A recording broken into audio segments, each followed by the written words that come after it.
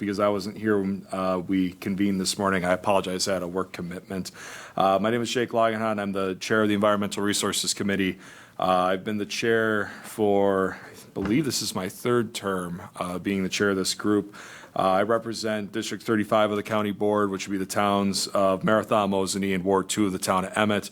The reason why I wanted to be involved in ERC when I was elected to the board in 2014, primarily is because I come from a rural background. I still live in a rural area. I care a lot about what goes on in that rural area, and one of the most impactful groups as far as rural areas would be the Environmental Resources Committee. I was on this group when it was the Land Conservation and Zoning Committee, and then it was combined with the ERC. That's why I've been here for a little while. So want to thank staff for putting on this educational session today. We appreciate it. This is good awareness building for this group. If there's something that gets mentioned today that is of interest for any one of the members today, they now are able to look into that a little bit more and learn more about it. And I think just having good communication between staff and the policymakers is really important. So thank you all for doing this today. Where else you get a paycheck? As far as my full-time employment, I work as the outreach specialist for the Wisconsin Towns Association. So with that said, I'm going to turn things back over to Kirsty. Okay, great. Sounds good. So very quickly, we wanted to make sure, especially with our new committee members, that you're in the loop related to what we look to for guidance, our guiding document. So every county in the state of Wisconsin has a land and water resource management plan. Like I said, we're going to follow up with an email to you all with this presentation and then also the link that you see on this slide.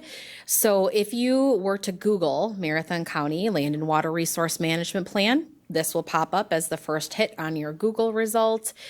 This was adopted by this committee and then the county board in 2021. It is required to be adopted every 10 years per county. As Tom had previously mentioned, he was on the committee that goes through and oversees the development of this plan and then also the updating of this plan. There are also several other staff in the room that were here during this time and very heavily involved in getting these updates together as well. So this is the book that we should all turn to along with the Marathon County Strategic Plan when we're taking a deep dive into, what direction should we be heading in? What should we be devoting the majority of our time and resources to? As things come up that seem like rapid fire items in terms of like, this has to be dealt with now, we have to do this. This is the hot topic.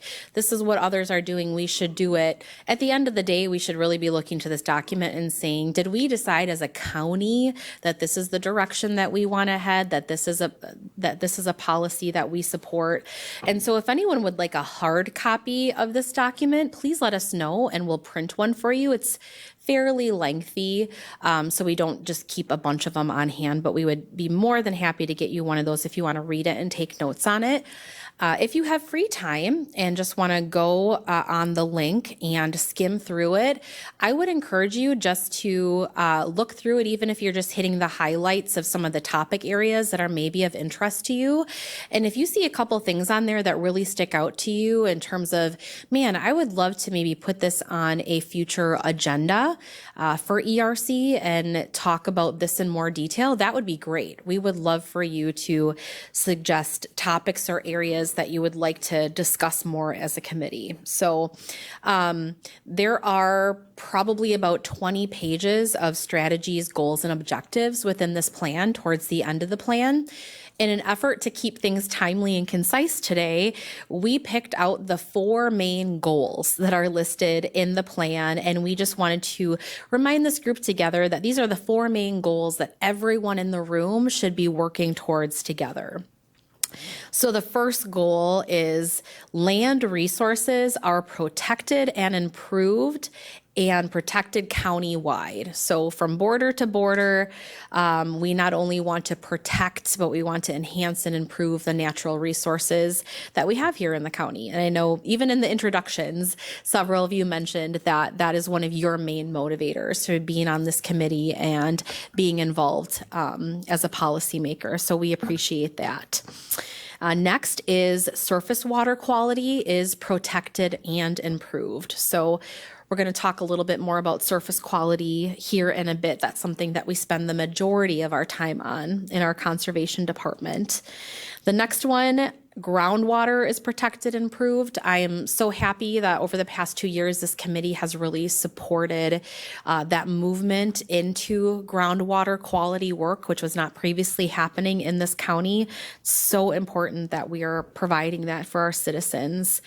And then our last main goal we decided to have as a county is to actively educate and engage all community stakeholders to develop an understanding of land, surface water, and groundwater quality concerns.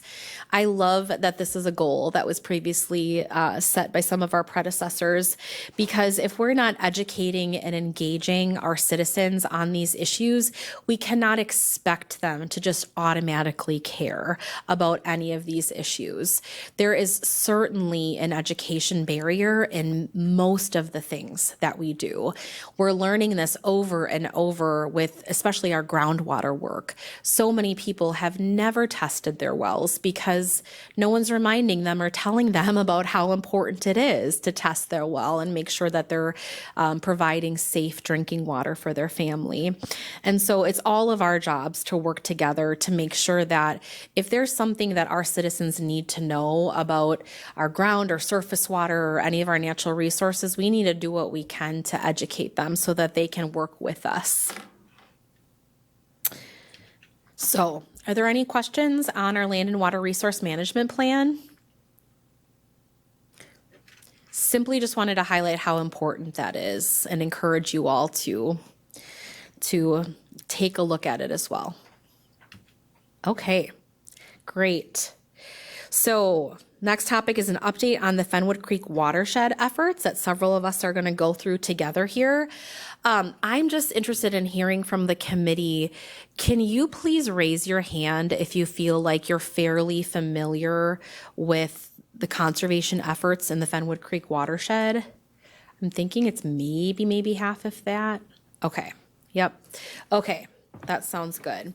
So we'll kind of go through here what it is and what this means. The previous committees have received a lot of education and asks regarding the Fenwood Creek watershed, and it's not going to be going away anytime soon. So this is a map of Marathon County. The green area is the Big Old Plain watershed. So as a reminder, what we mean by watersheds is any water that hits the ground in that green highlighted area, that's all going to drain to the same endpoint. So it's all hitting the Big Old Plain Reservoir there, which is the big blue areas in the bottom of the green. And the Big Old Plain Reservoir flows into Lake DeBay and then into the Wisconsin River. So we are part of the Wisconsin River Basin here. And where the Big Old Plain is located, it's essentially kind of the first part of the Wisconsin River Basin, where our Wisconsin River is receiving a pretty decent pollutant load in terms of phosphorus in the surface water.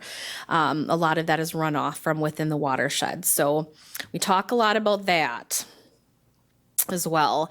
The Big Old Plain watershed is really intensively used as agricultural land. So about 77% of that green area you just saw is an ag land. And an interesting fact for you all to kind of carry around in your back pocket with you is that Western Marathon County and Eastern Clark County is the highest density of dairy farms in the world. So we're really in the heart of it here as well. And we often see the biggest runoff events occurring when we get any type of rain event. A lot of that is because a lot of these fields do have tiling underneath them, which is basically man-made drainage systems. So they are able to drain quickly because historically they were very wet. About half of that watershed was originally in wetlands before we moved into the agriculture. So with phosphorus, it's been concluded by the DNR and staff that it's at least 500,000 pounds of phosphorus that are flowing through that Big O Plain River every year and eventually going into the reservoir. Why we talk so much about phosphorus as conservationists is because it greatly impacts surface waters. So 1 pound of phosphorus can create up to 500 pounds of algae. 1 pound of phosphorus can create up to 500 pounds of algae.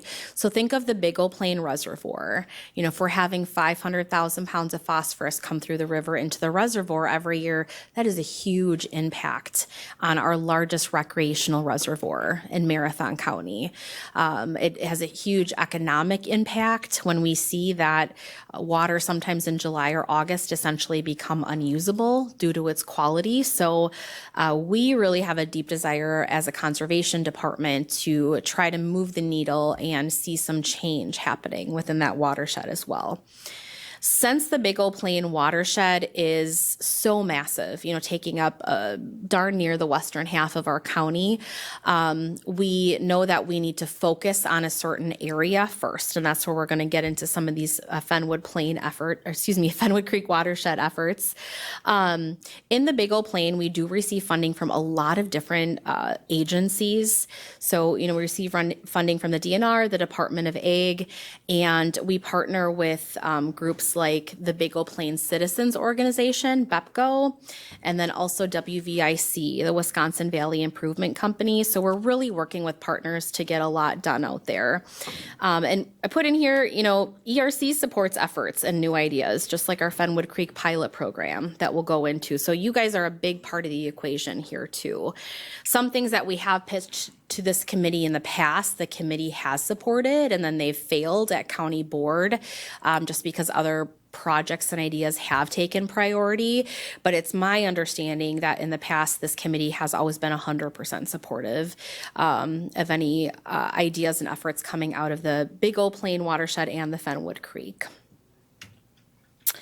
So the Fenwood on this map is the little yellow highlighted area in the bigger watershed. So it's a smaller watershed, meaning there's about 11 of its size within the Big O Plain watershed.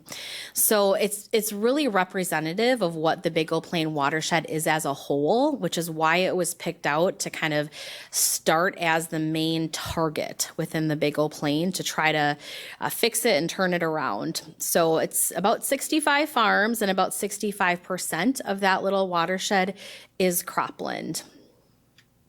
And again, it's all draining into the Big O Plain Reservoir. Fenwood Creek runs right through it. You want to talk about the history at all, Ken, or no? Yeah, I can touch on that. So the Fenwood Creek we're actually in phase 2 of what was, I applied for what's called a Targeted Resource Management Grant. We applied for one and received it in 2016, and that phase lasted through 2019. Knowing that the 9 key element plan highlights that we need to have several efforts in order to meet make improvements to the creek to make it to meet today's state standards. So we're into phase 2, and I believe that phase started in 2021, and it'll go through 2 more years, right? So 2025, right? Started in 2022. 22 with 1 year extension, right? 2023. We received it in 2022. 3, 24, 25, yeah. So we'll end of 2025. But Yes, 2023, 2024, 2025. There we go. Yeah. We've got it now.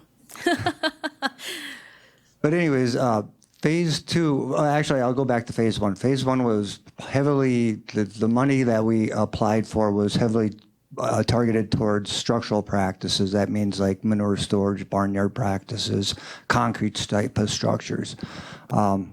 Phase two, we knew that in order to make improvements, it had to come off the landscape. So it's a lot of soft, what we call soft practices that we're targeting, and that would be agronomic on-field practices, stuff that's going to be preventing phosphorus from runoff that's attached to the soil particles. So if we can reduce the erosion, we're going to reduce that phosphorus amount getting to the big old plain. So cover crops, reduce tillage, waterways, those types of things are our target right now.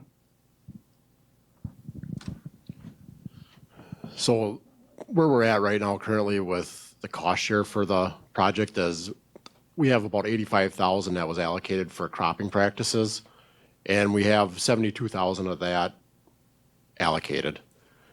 For the structural practices, like Ken said, we have a lot less structural money that we requested this time because there's a priority watershed there back in the 90s, 2000s. That took care of a lot of manure pits, barnyards, those structural practices. When we had the first TRIM grant, the Targeted Resource Management grant, there's a fair amount of money that we couldn't get allocated for those structural practices just because a lot of those farmers that were there already had things in place. There's also guys at the end of their careers, they're not looking to make that capital investment into their farm. So this time we requested less of that money. So far for reductions, what we've done is about 600 pounds for cropping in the last year and a half. And then for structural, which has mainly been grass waterways that we've been installing and we're working on with people, about 500 pounds. There are some individuals that don't necessarily want to sign contracts. They don't want the requirements that go along with it, or they just don't want to receive funding. So we still work with those individuals that get practices out there. We're working with them on cover crops. We've worked with other individuals on waterway plans. We draw the plan up for them, technical design, provide it to them, and then they can go through and implement it. So these are just kind of some of the common practices that we're seeing in the watershed that we're working with landowners on. This is just an example of residue management on a field. Trying to get 30% crop residue out there after we have it planted. Cover crops, that's another one that we've been working with quite a few landowners on. This year, I think will be around 300-ish acres of cover crops in the watershed that we're funding, but there's a lot more that go out there that we're not funding. And then grass waterways. We've had more interest in waterways the past year, and I have a feeling we'll have more interest in it this year again, just because with these heavy rains, those areas where there's gully erosion are going to show up pretty prominently in the fields, and we'll be working with landowners to get grass waterways implemented in those areas. So what are some of the challenges that we're seeing? Some of it is that landowners are just really reluctant to sign contracts. So that some farmers are afraid of the potential for crop failure if they have to implement something. And then there's another group of Mennonite farmers that are in the watershed, and they just don't sign contracts. Nothing wrong with that. That's fine. They're a very progressive group that are there, so they're trying a lot of different things, cover crops, strip tilling, and they're willing to try those things. So we're working with those guys also. It's a little harder for us to track those reductions just because when we're out there working with them, we may not talk with their neighbor, but they're seeing things across the fence and they're willing to try different things. I know I've talked with a couple guys that they're mixing cover crops in their liquid manure spreaders when they're going out and spreading it and trying to get cover crops out that way.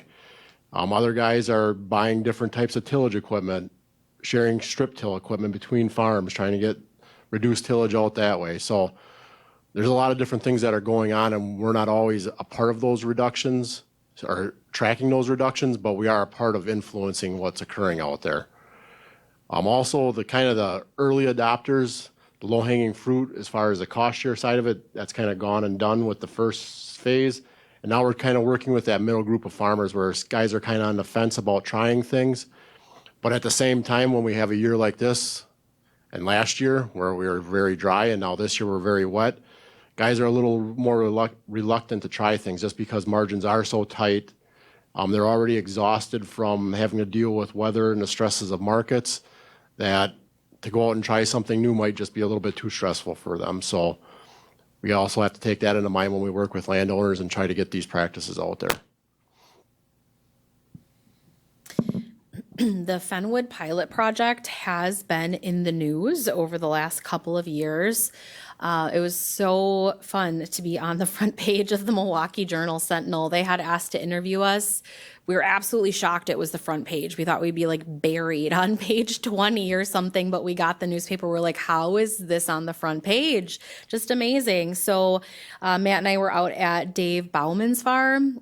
They own Bauman Nursery and Landscaping out that you guys probably a lot of you know where that is in the Edgar area.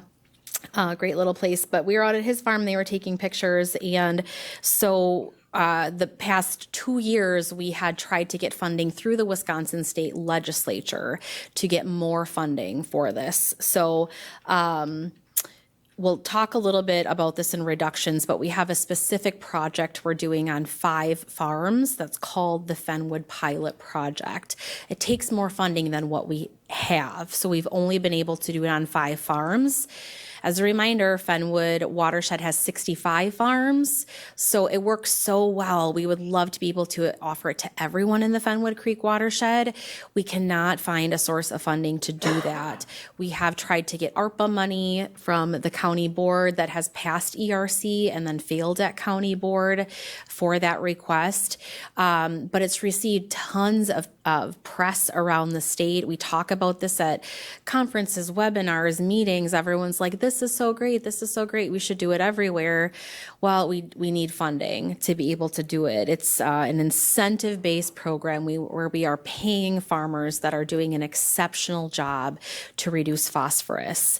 We've been talking with you guys so much about phosphorus reductions. The history on that is that it is in Marathon County's strategic plan to reduce phosphorus in the Fenwood Creek watershed by 20%. So the county board has put that pressure on us, saying, you know, this is a watershed that's, you know, it's hard on our surface waters in our county. It's hard on, you know, the Big Old Plain Reservoir. This is the watershed that we're going to pick and try to make it an example of what we can do at a larger scale.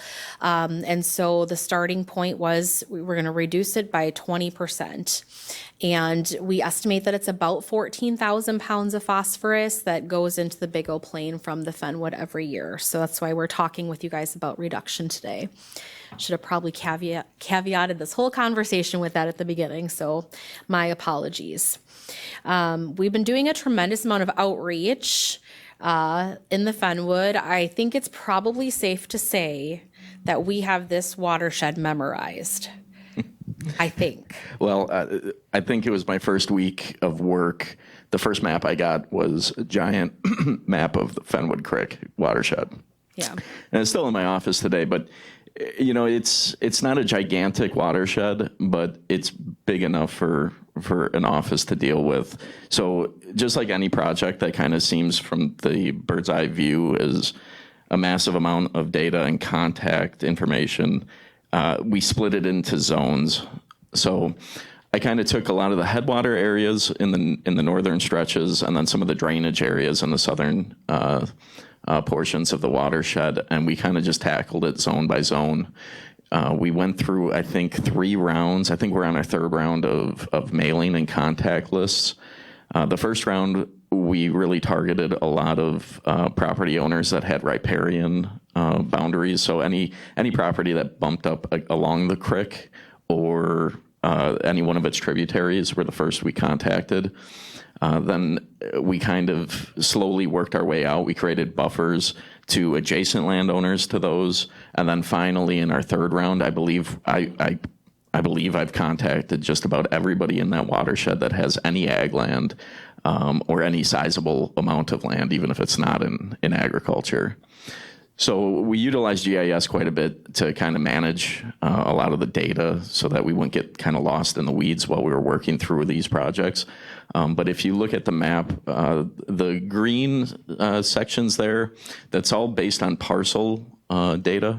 The green is people that we have contacted and we've actually been able to go on site. They've made contact with us back and we've had a good relationship with them. Yellow is people that we have contacted, but they have not contacted us back. And they were also included in our follow-up mailings, just as a reminder. But this map is, I would say, it's a few months old. So if you looked at the updated map that I'm working on today, it's practically all filled in now. So we've made a huge effort in contacting as many landowners as possible through this. We also created a Fenwood Creek watershed newsletter that we send out to everyone in the watershed. This is just a snippet of the front page of the last newsletter that went out. It's two people in front of the Village of Fenwood sign. So John Brubacher is a landowner and Larry Shire is an operator who operates thousands of acres in that area. And they worked together to install a grassed waterway that deposits directly into the Fenwood Creek, the main branch of it. And then John also agreed to install buffers all along the stream through the CREP program, the set aside program. So that area that's a little bit wet, closer to the stream, instead of keeping that in conventional row crops, he agreed to put it in a nice buffer, and he is receiving financial incentives for doing that. So two people working together to come to an agreement that it's just common sense, and also it is the right thing to do. And in talking with John, he had said, we have grandkids now, and so we are invested in making the Big O Plain better for our grandkids. It's not just about us anymore. It's about looking ahead to the next generation or two. So it's just really a heartwarming and encouraging story to see that. Related to outreach, we made a huge effort last year to have an outreach event at Country Air, and we called it Moving Fenwood Forward. And we invited all the landowners in the watershed. We had like 130 people come to this, which is a lot if there's 65 farms in the Fenwood Creek watershed. And so we gave presentations along with some conservation partners like Pheasants Forever, and we had some grazing folks there and NRCS, and I think people there were hopefully overwhelmed by the fact that there were all these people there to help them enhance their land and do something better for the environment. So a really good turnout. Everyone that came got a t-shirt with the Fenwood Creek watershed outline on it that says Moving Fenwood Forward. And we actually brought a box of those with us today for those of you that would also like to join us in wearing a Fenwood t-shirt. You'll have people ask you questions saying, what's that about? And you'll be able to tell them the story of Fenwood. So the box is in the back. We can help you get one of these shirts if you'd like. They're not exactly organized by size. So this was just our group photo at our Fenwood event. We set up lots of site visits that day with people, had a lot of people interested. The Record Review did a beautiful write-up on it, put it on the front page. And I just wanted to give a shout out to the Record Review. They have been so supportive of us these past 2 years in our efforts out there. And we just really appreciate them coming along with us for the ride in some of our outreach efforts. So Matt, I'll turn it over to you to talk a little bit about some phosphorus reduction totals. So this graph here pertains to the farms that Kirsty had talked about earlier that are part of the Fenwood Creek pilot project. It's 5 farms in the Fenwood. It's about 1,200 acres. These farms, the goal was for these farms to take what practices they were currently using, and we have we have an estimate of what their phosphorus index was across their entire farm. All the farms were above 3. The state minimum for the phosphorus index is 6, so they're below what the state minimum is. And our goal was to have them be at a phosphorus index of 3 or less to get incentive payments. So all the farms there, we didn't tell them what practices they had to implement. It was up to them. Some of them went all in and tried totally change their operations altogether. Other ones changed it enough to get to that 3. So we had a couple farms that there's 5 farms total. We have 2 farms that are at 3 or less, 2 farms that are at 2 or less, and then 1 farm that's at 1 or less. The guy that was at 1, his farm average was originally 4 for the phosphorus index. And the phosphorus index is a number that roughly means about how many pounds of phosphorus run off the land per acre depending on what your crop rotation is, your soil test, tillage, et cetera. Kind of everything that goes into to what it is. So for these farms, this is what the reduction was per year on all those farms combined. So it started out, we're around 1,700 pounds per year, and now we're up around 1,800. That's a pretty good improvement for those number of acres. And for those guys, like I said, we didn't tell them what to do. They all did something a little different. Some guys went in no-till cover crops.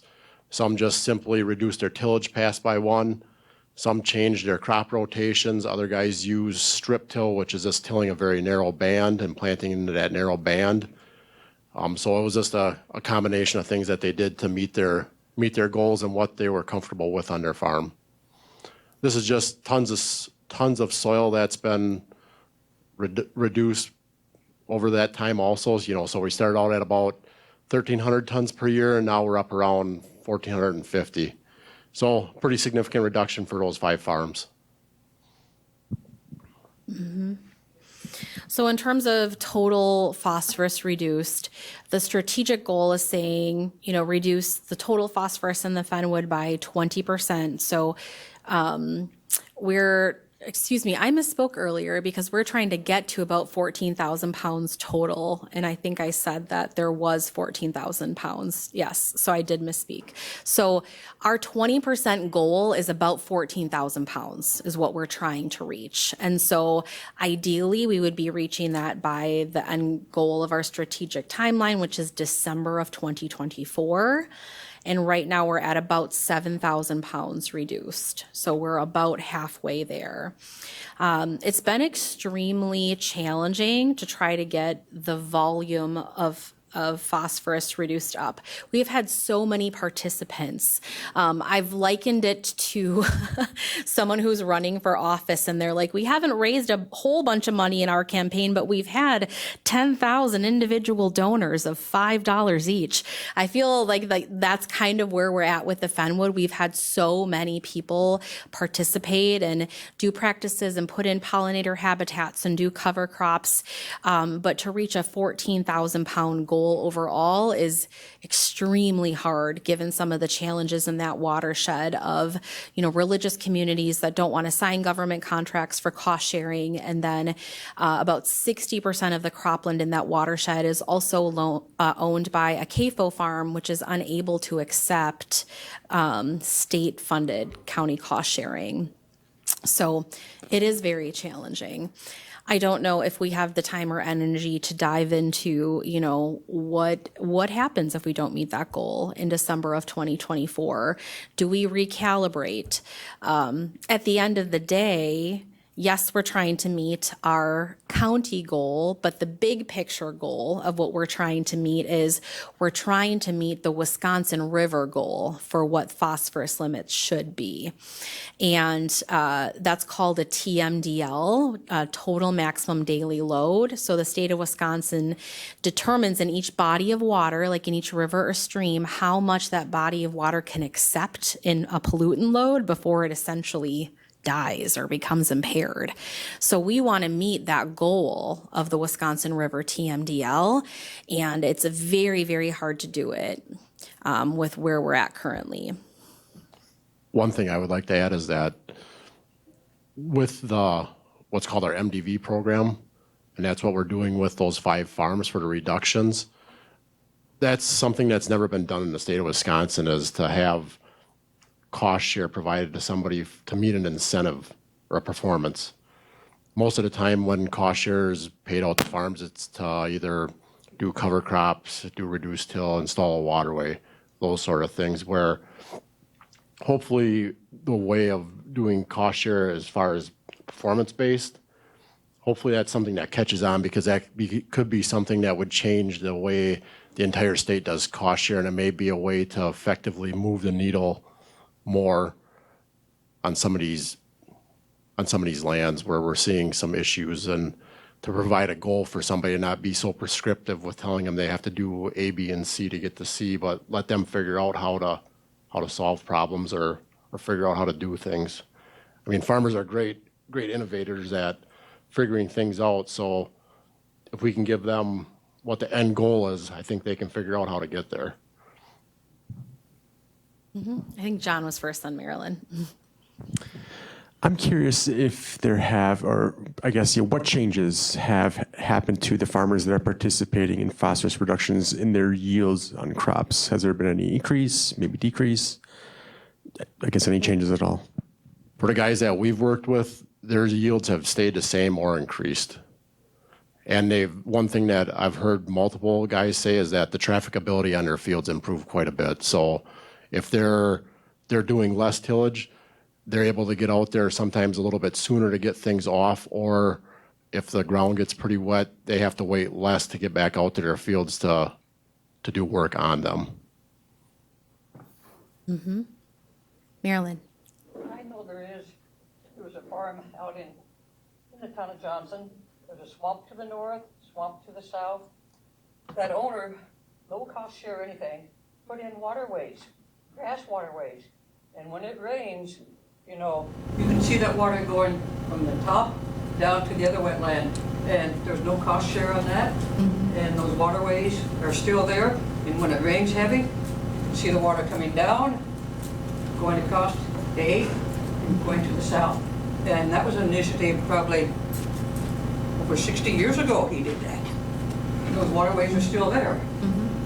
Makes a difference. Yeah, absolutely it does. Yeah. Okay. Anything else on the Fenwood? I mean, we're going to need to talk about it more eventually. So it's kind of one of those stay tuned scenarios, but any other questions, comments before we move on? No? Okay. Okay, go ahead, Jared. All right, we're going to transition a little bit off of the Big O Plain watershed and actually now into the reservoir of the Big O Plain.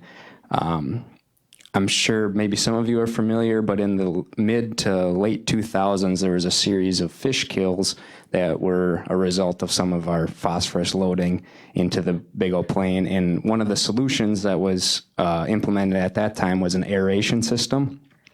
Here are some pictures of the original equipment. From everybody that was part of that project, they believe it was from the 1960s. So as you can imagine, they're kind of outdated at this point. This is what the aeration system is supposed to do. It opens up the ice in about an 80-acre area and just allows for the wind and the wave action to reoxygenate the water. Keeps the fish happier. So currently our aeration system is kind of in a state of disrepair. It's failing. So we were seeking some funding opportunities to help put in a new system. I believe we got funding through the county board to help with the cost of that, but in an effort for us to also pitch in, we were asked to seek some other sources of funding, and our idea was to apply for a DNR surface water grant, which is what we have up on the slide right here, and we were successful. We got a $99,000 grant from the DNR, and as part of that, we couldn't just ask for money to help supplement the cost of the aerator. We had to add in some other deliverables that would help us score higher in their ranking process.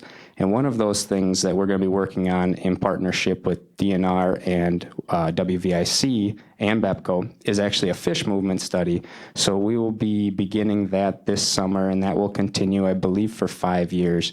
So part of that study is we're going to track, I think it's 50 walleyes and 10 northern pike across the reservoir to try and figure out the areas that they're using as refuge during these low oxygen times. And hopefully that'll lead to us being able to do some habitat improvement projects and things like that.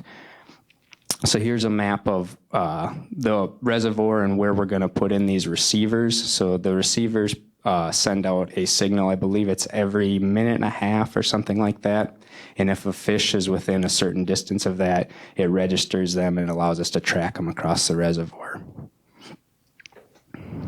So also as part of that service water grant, we added in a couple other deliverables. One is developing a manure advisory system, and our plan for this is to create a database with all of our farmers and producers in the watershed and put them onto this basically contact list so that we can provide them with the good times to be out spreading, what times to avoid based on precipitation events, melt events, things like that. And then one of the other things we're working on, we're starting this summer, is in collaboration with the Parks Department and the Health Department, we're going to start up a beach monitoring program at the Big Plain County Park. Currently, there is no monitoring done down there. We're going to be monitoring it for E. coli, and that should begin hopefully actually later this week. But let's see. So there's actually, the DNR has a recreational advisory on the Big Old Plain, and that's part of the reason we want to gain some more data and figure out what exactly is going on there. And then as part of that monitoring, we're going to expand it and do some summer and fall monitoring for algal blooms, dissolved oxygen, temperature, things like that, which are all really good indicators of the health of the reservoir overall, and hopefully keeping our citizens healthier if they are recreating on the Big Old Plain. Great. Thanks, Jared. So I know we already got into some of the epic stuff, Caleb, but if you could continue to give us a few other tidbits, that'd be great. Sure. Sorry, one quick question I want to ask for ERC members. Before today, how many of you have heard of the EPIC group or the Old Plain Partnership? Raise your hands. See a couple. Okay. Yeah, so I'll go into a little more detail about what our group is and how cool a producer-led group you have right here in your county. So I guess I'll start from the beginning. So this group is a producer-led group. It's kind of self-explanatory. So it's led by our farmers. Agencies and other groups do help with the technical assistance and help run it. But for the most part, our farmers have the final say. We have monthly meetings, and we talk every meeting about what our goals are, what we want to go after. So it started off, though, by farmers kind of noticing, as everybody seen probably the Big Old Plain, nice and green in the middle of summer, that something needed to be done. So farmers, lake groups, and citizens got together, decided we should start this group. Next slide. All right. So then this group started, and they all kind of wanted to come up with a mission. So what were we going after? Water quality, soil health, stuff like that. So they all got together, they created this mission, and we also created a really cool logo, as you can see there, which you probably have seen around, but then our mission statement, which is integrity, resilience into natural resources, community, and the economy of the Old Plain watershed. So this group has really, really kind of expanded and broad. So I mentioned earlier about going after some grants and stuff like that, and about how kind of the group is well known. And so there is some things that really make us stand out, I'll say. There is 42 producer-led groups in the entire state. We're just one of them. We're one of the largest ones, but we are part of the farthest north watershed in the whole entire Wisconsin River Basin. But also some things that kind of make a jaw drop, and I'm not trying to toot the horn here on this too much, but we have actually so we have an advisory panel, and there's about 6 active producers on that panel, and 2 of them are some of the largest farms in the county. Which really, really stands out. So when we go other places and we tell them that we have 2 large CAFOs as our leading farmers, their jaw about hits the floor, because they don't understand that these guys are going out there, they're putting in these practices, Miltram's being one, and then Maple Ridge Dairy being one of our others, and they're doing really, really cool stuff. So our group, along with all of our agencies, I think we started off with about 3 or 4, and now we're up to about 12 to 13 different hands, I guess you could say, in the pot. So between agencies, citizens, agronomists, and producers. So some of the cool things we do is we like to show off where our work is getting done. So if you guys have been on the west side of the county, you might see some of those signs that are up there. We put these edge of field signs on where we're having some of our research plots at, where kind of some of our practices are going in, and then also maybe or we're going to have a field day. So we roughly have about 3 to 4 field days a year for our producers, citizens, whoever wants to attend. And it's just kind of educational to show kind of what work is being done and what we're doing to reduce the phosphorus and also improve our soil health. We also try to do about 3 shop talks. We We had a little series this year where we had multiple little shop talks in the winter when usually farming is slow. And so we can kind of go over what each person did, try to look at what kind of cover crops are, what kind of programs are assistance to them, and just other things that they can get involved with. And then lastly, we do kind of a big thing every year. It's called our Common Ground event. So it's citizens, lake owners, farmers, everybody coming to one table on common ground. And it's roughly about 80 to 100 people show up, everybody who has been involved in the EPIC, and we kind of talk about our highlights of the year and have a good meal, some drinks, and just discuss where we want to go in the future. So some really cool ongoing work. First one that I really want to talk about, I guess, is something that was really, really cool. Like I said, we have our monthly meeting, and a lot of times we'll bring ideas of grants. So there's blah, blah, blah, a certain amount of money out there that we can go after. One that came across our table this year was one called the Good Idea Grant.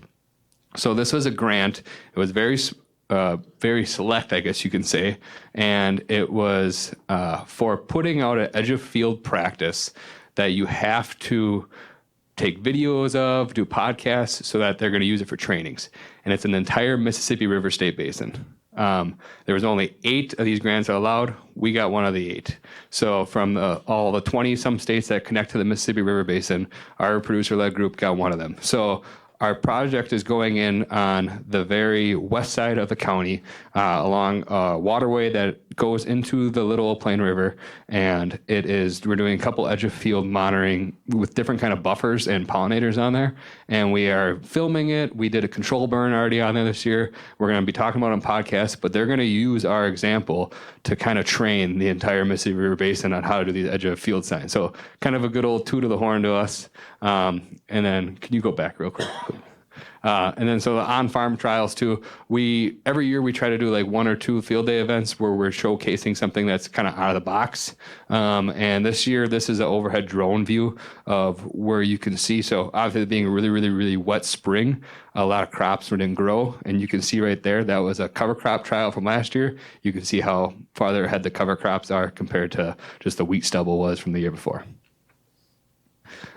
One cool thing that we have that everybody can kind of reach out and see what we're kind of doing. We do have our own website that we launched in 2023 with the link up above. So we can get that to you after too. But if you click on there, it'll show kind of where our farms are. There's little icons that have our symbol where kind of our advisory panel is. So our producer, like I talked about, we have some producer-led or producers that are in our advisory panel, and you can see their farms on there, and they're gonna have a little bio of what they talk about with their farm. And lastly, our Facebook. Our Facebook is probably our most active site. We have maybe, would you say, Brooke, 1 to 2 posts a week? So about 1 or 2 posts a week. We'll post on videos, we'll post where events are going to be, post just work that's going around the whole entire Big Old Plain. For our audio listeners, because we're not on traditional video today, I'll just say that it's oplanepartnership.com. Oh, Check it out. And thanks for listening. super simple. Yeah, and if you go on Facebook, it's just Oplane Partnership for Integrated Conservation. You type it in, it'll be the first thing that pops up. Or at Oplane Partnership. Yep. EAU. Okay. All right, we are on the last topic. Pretty much. Okay, very good. So, getting closer to the bottom of the agenda here. Oh, should we pause for any questions first? Those little mini presentations. You good?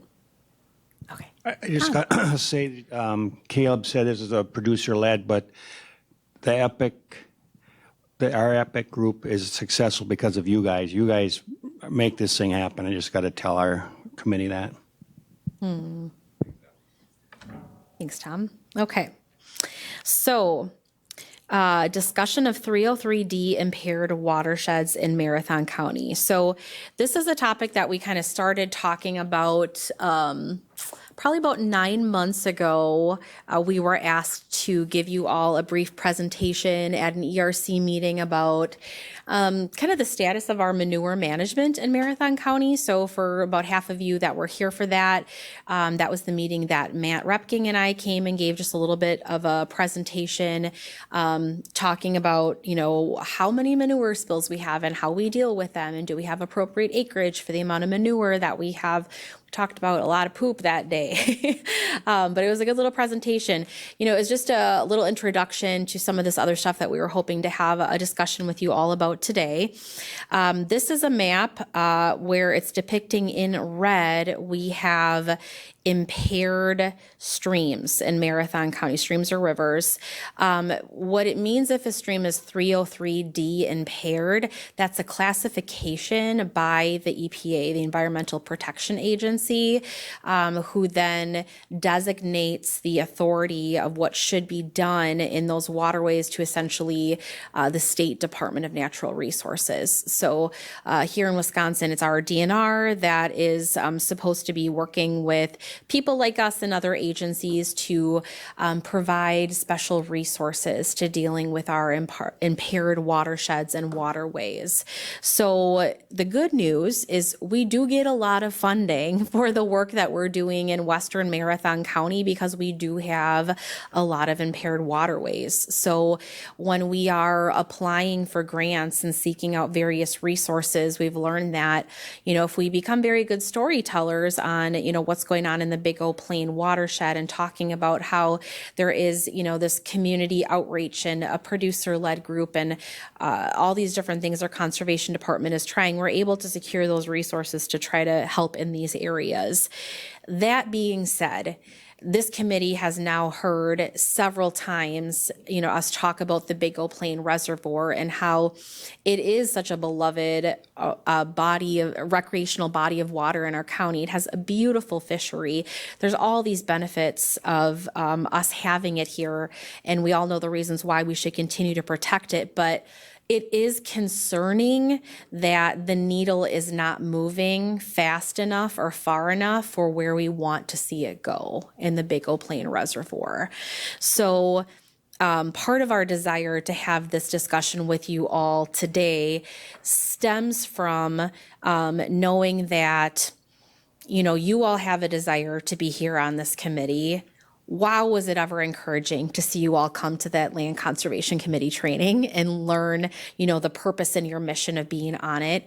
You have a highly capable and experienced staff. The ask is, can we work together to do something in the next 2 years to move the needle in a way that it's never been moved before?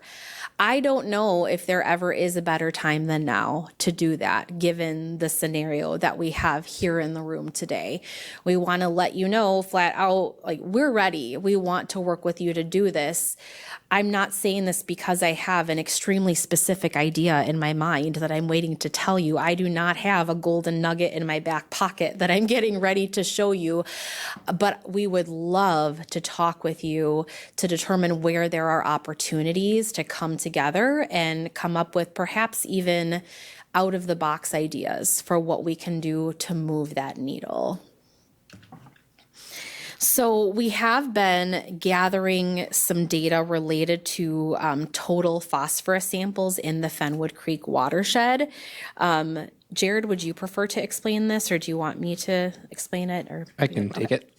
So we started this in December of 2020. So we're on our third year of sampling. This is way down at the bottom of the Fenwood Creek watershed. It's where the Fenwood Creek crosses Highway 153. That's where we've been gathering these samples. We collect them every 2 weeks on a Thursday, and we have them processed down at the UW Stevens Point lab down there. So as you can see, it appears we have made steps towards a reduction. There's obviously going to be spikes. We can't plan on every sampling event to have the exact same weather characteristics. So we might capture one that's after a rain event. We might capture one during a drought. So that's how you see this, there's quite a bit of fluctuation in that. But the red line that runs horizontal across that graph, that's actually the Wisconsin River total maximum daily load, which is the TMDL that was established. I'm not sure what year that was established, but not even all that long ago, like in the last 20 years. I'm not sure the year either. So as you can see, even during those times when we're below it, we're not that far below it, and we've far exceeded it at times. So there's still a lot of work to be done. Is that a good? Yeah, that's great.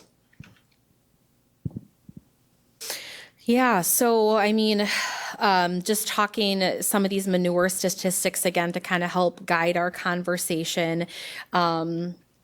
These are Matt statistics, and I love it. Do you? I don't want to take credit for you putting this all together. So I can just go over this real quick. Liquid manure, acre inch of water is about 27,000 gallons. Most liquid manure applications that we see guys putting out are somewhere around that 5 to 12,000 gallons per acre. That's probably about average. You'll get some that are higher, some that are a little lower. Marathon County, number 2 county in the state for number of dairy cows we have, right around 63,000-ish. If we take that and we multiply it by about how much manure is produced per day, we're at about 645 million gallons of manure that are produced per year. So a lot of manure going out there. And we have about 300,000 acres of cropland. So we have a fair amount of cropland, but we also have a lot of manure. So a big part of that is managing when we're putting it out there and making sure that we're responsible with those applications. So here, this is just one thing we see occasionally. This is kind of a worst case scenario. We have active snowmelt going on February. Farmer's pit was getting pretty full. They went out and applied on actively melting snow. So this is, definitely a time of year when there's a high potential for manure to run off. Ground underneath is frozen, so, the potential of that actually soaking in pretty low. So there's probably a pretty good chance that the majority of that manure that's applied on that field is going to run off of it. And we got a call on this one because a concerned neighbor had called saying, my stream is not water, it is manure. It is brown. So we knew it was going to be bad before even heading out. Yeah, here's another. This one here was about a 10 to 12,000 gallon per acre application rate on a pretty wet field. Went out and applied, and hardly any residue on that field, and it just ran off into the road ditch. So how do we move the needle in Marathon County? What are some things that we can do? These are just some studies that went on looking at winter runoff. By far the highest potential for manure to run off is during those application times. Could you just go to the next slide, Kirsty? Yeah. So Pt.2 from USDA Ag Research sent us some statistics on, high risk. Winter manure applications are definitely a high risk time. When we're looking at runoff during those times, 250 to 350 times greater for that manure to run off those fields, especially frozen, snow-covered fields. He also said that application early in the winter can be just as bad as later in the winter, because if that ground's frozen and it's in that snow, chances of it actually soaking in are pretty low, and we can still have that runoff later in the year. So us trying to avoid those winter applications as much as possible is a good thing. Is there pits that the neighbor has that we can put some of that manure in to try to limit that manure being applied during that time of year? Or if it's solids, is there a place that we can stack it that the runoff risk is a lot lower? Those are all things to think about. When he looked at the manure applications during different seasons and looked at large storm events, that had a little bit of influence, but not as much as just trying to stay away from either fields that have a high potential for runoff. There's definitely fields on everybody's farm that have a little bit more slope, closer to streams, ponds, rivers, those sort of things. Or if it has low residue, those areas too, are going to be a little bit higher risk for manure to run off. So can we avoid those winter applications and then also avoid our high risk fields? Can we pick fields if we do have to put things out there during the winter time that are far away, fairly flat, fields that might be potentially internally drained, that it's not going to run off those fields. So just things to think about. And due to the amount of fish kills that have occurred in the Big O Plain Reservoir, it really has been highly studied, and we have lots and lots of data, especially in the winter season. So that's the one good thing that's come of it. So, the DNR specifically did a study on the Big O Plain flowage.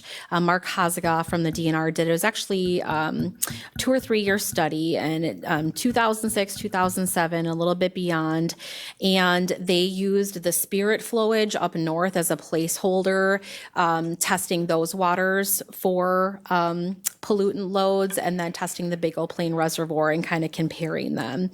And when they were sampling during the winter, bacteria was 7 times higher in the Big O Plain Reservoir than in that reference site of the Spirit flowage.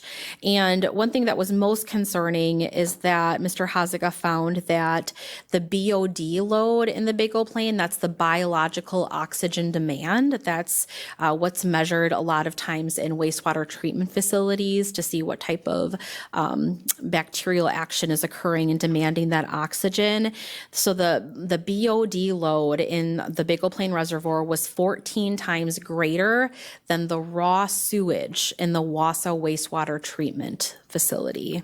So it's 14 times higher in our reservoir than in the raw sewage of the Wausau wastewater treatment plant. And what's also concerning about that is that he wasn't even including the pollutant loads coming from Freeman Creek and Fenwood Creek, which are 2 of the biggest contributors to the pollutant load in the Big O Plain Reservoir. So it's extremely alarming, extremely concerning. And we want to make sure you guys are aware of that study that's been done and just kind of helping to guide our conversation as well. After the last large fish kill in the Big O Plain Reservoir, there was a report put out by about 25 different partners that worked together to write this plan. It's the strategic plan for the Big O Plain Reservoir, and it really helps guide some of what we should be doing. It's saying that Marathon County is going to adopt these state egg standards, which we have done, into our local ordinance. That's great. Saying we're going to minimize or eliminate winter land surface spreading activities of manure. We're going to promote technologies to treat and distribute manure, and then really work with landowners to get these best management practices on the ground. And also continue to support the Area and the Fenwood Creek pilot project as well. So some of this we're doing, some of it the county has not started tackling yet. Just as a reminder that, our guiding principles here should always be to be the healthiest, safest, and most prosperous county. We talk about that a lot at our county meetings. And, within the realm of being the healthiest county, it says right in our strategic plan that we have a water resources goal and a natural resources goal. And those goals are saying we're trying to provide the highest quality of water resources to our citizens, and we're protecting and preserving our natural resources. So that's the objective set before this committee, is to try to reach those together. So one thought that we had, along with having just a brief discussion today, is if you guys would be interested, I know this is a topic that really does take some time and energy to dive into. If there were a couple of people on ERC that would potentially even be interested in forming a subcommittee and working with staff on, brainstorming how we can move the needle together, that's something that we're certainly willing to do. We know that time is absolutely limited at our monthly meetings. So just a thought, no pressure with that, but it's a way we could continue the conversation beyond this meeting. So with that, does anyone have any thoughts on what we just presented related to 303D phosphorus impaired waters? One in thing Marathon County? will add, Kirsty, is that large farms, the CAFOs, they're already not allowed to winter spread, so they have adequate storage and they're not applying during any frozen, snow-covered ground. So it's the other farms that CAFOs are held to a different standard, a higher standard than what other farms are, is what I'm trying to say. And I would just comment too, this might be the elephant that's in the room is to think about, this might be something that the subcommittee can talk about is the restriction of wintertime spreading. So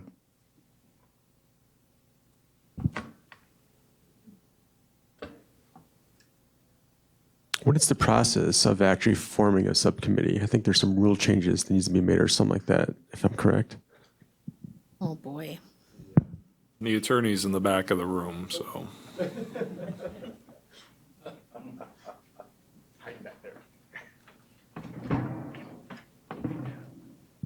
Good morning.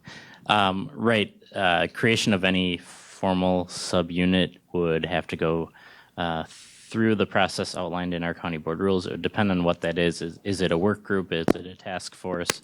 But generally, there is a process of creating an ordinance that outlines what the tasks are of that sub-body, what the membership is. It goes through the executive committee and then to the full board for approval. So there's a process for it in our rules. I can actually send that out to the committee. I'll send out the text of the rule in case you're interested. Yeah, that's about it. Wow. It would be because it's a rule change, yes. Or if you ever just wanted to talk with us about it individually, that sounds a lot easier. Who came up with that, Mike? That is, wow. Okay. Okay. Was there anything that, how about this? Was there anything that stuck out to any one of you in terms of, I'm assuming at least some of you are hearing some of this information for the first time. So I don't know if it's information that's expected or is it surprising to you? Is it something that's concerning to you? Do others also have a desire to do something to move the needle in this area of our county where we certainly could use a vast improvement in our natural resources? Ultimately, we receive direction from you. So if it is something that you all feel comfortable with leaving as is, that's ultimately your decision. We would be remiss if we didn't communicate to you that we have a desire to do something more than what's currently being done in our impaired watersheds in Marathon County.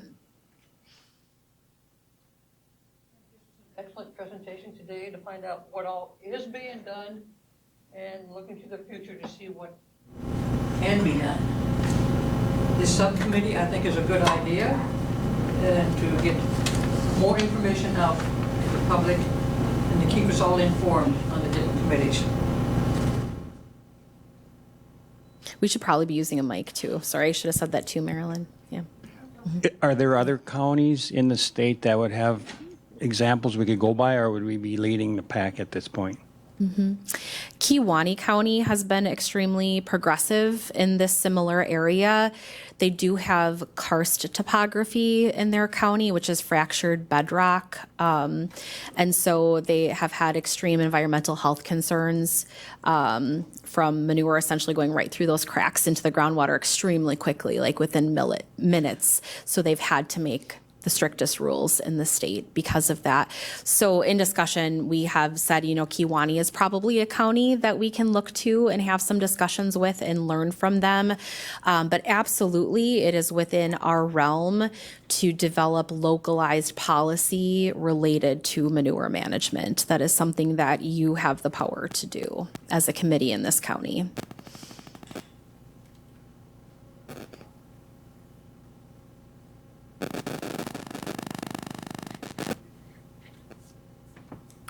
Other thoughts, comments? I would just add that I think that this group is interested in continuing to incrementally improve the situation in those watersheds.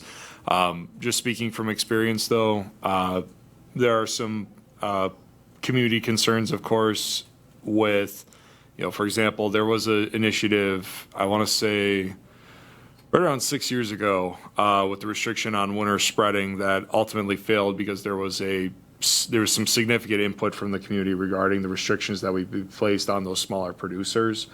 So that was something that happened before. I was just going to throw that out there for a little history lesson for everybody. My style has always been that for changes, they have to be incremental and you have to have people on board in order to do so. I think that's part of the culture here with what you've provided for education today. Throughout, there's a theme of collaborating with the landowners that are in these communities because everybody has a vested interest in making sure that the environment is protected. So, like I said, I think we all have an interest in that to improve the watersheds, but incrementalism, I think, is the theme that I would propose. I don't know if anybody has anything else to add there.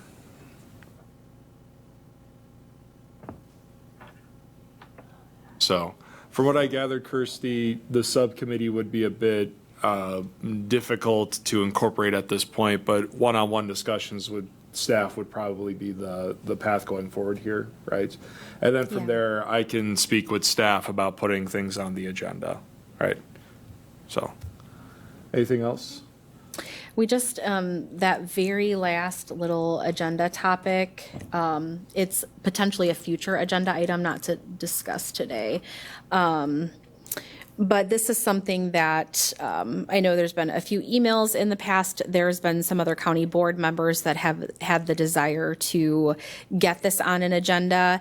This statement is a strategic goal within the Land and Water Resource Management Plan.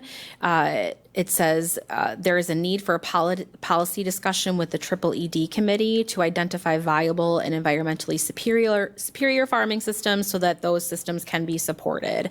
So that was something we were supposed to technically have accomplished about a year or so ago. That did not happen. There's still time for it to be done. If this committee is interested in meeting with EED to put that on an agenda, we at least wanted to throw that out there since there has been a couple requests for it. You may be asking yourself, what is the purpose of talking about that and identifying those systems?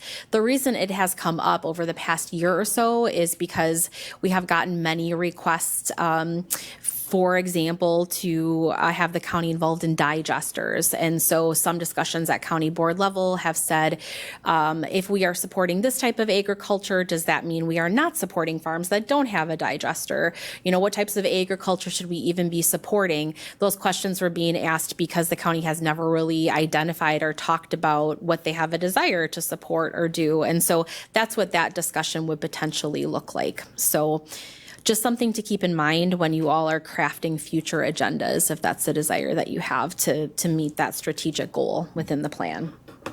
And then to aid in that, there is a paper, stapled paper about 5 pages long that were put in your spots that was written by Paul Daigle on the Fenwood Creek watershed. It goes into depth on what he believed to be environmentally superior farming systems. And now that we are 4 years into the Fenwood Creek pilot program, I think we can say with the data that we're seeing coming out of that program, it is proven that those are environmentally superior farming systems, and they're doing a great job. So that is what we have. We said we'd be done by 11:30. It's 11:29. I think we're sitting pretty good. All right. Well, thank you, Kirsty, for taking the lead this morning. We appreciate it. And thank you to staff members that presented this morning. We greatly appreciate it. Looking forward to working with you in the future here.